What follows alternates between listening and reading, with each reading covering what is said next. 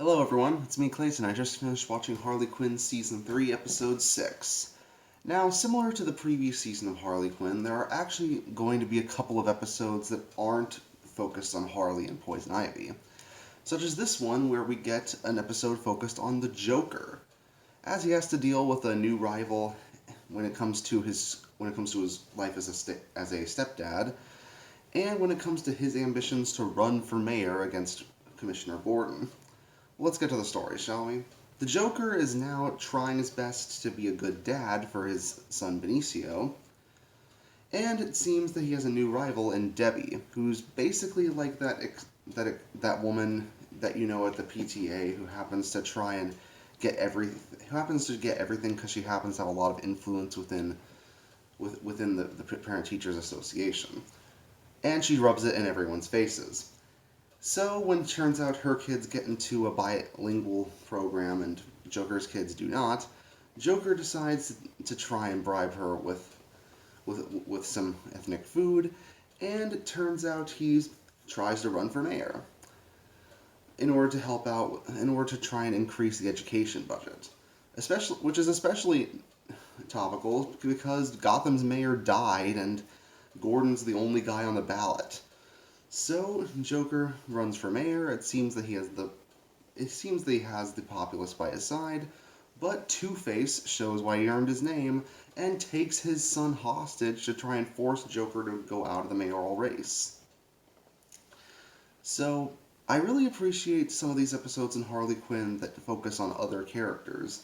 Not because I don't like Harley and Poison Ivy, of course, but because the show proves to me that it can do a lot of funny things with everyone in Gotham City, really.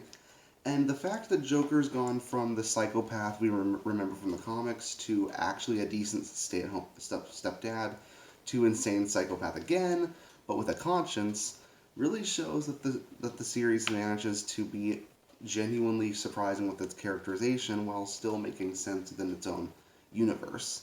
And Joker here is probably a version of the Joker that I never thought I'd actually like, but I really do.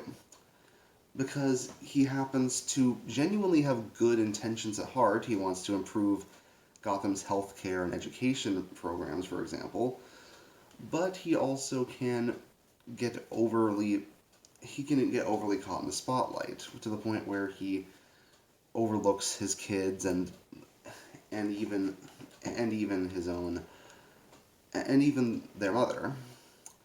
So it's really nice to see that Joker happens to go through some character growth here.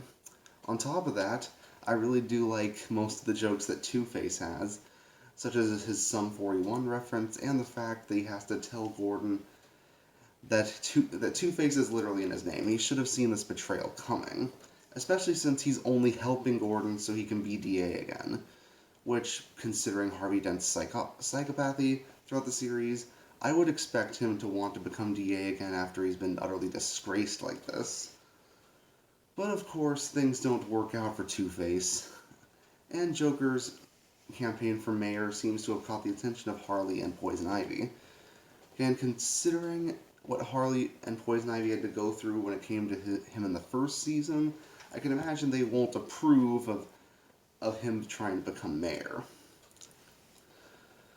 So, has Gotham City truly gone mad to the point where Joker as mayor might actually be something they're willing to go for? Can Gordon do anything now that he's apparently going to be out of a job? We'll find out as the season goes on, but man, this is certainly a chaotic season, no doubt. See you next time.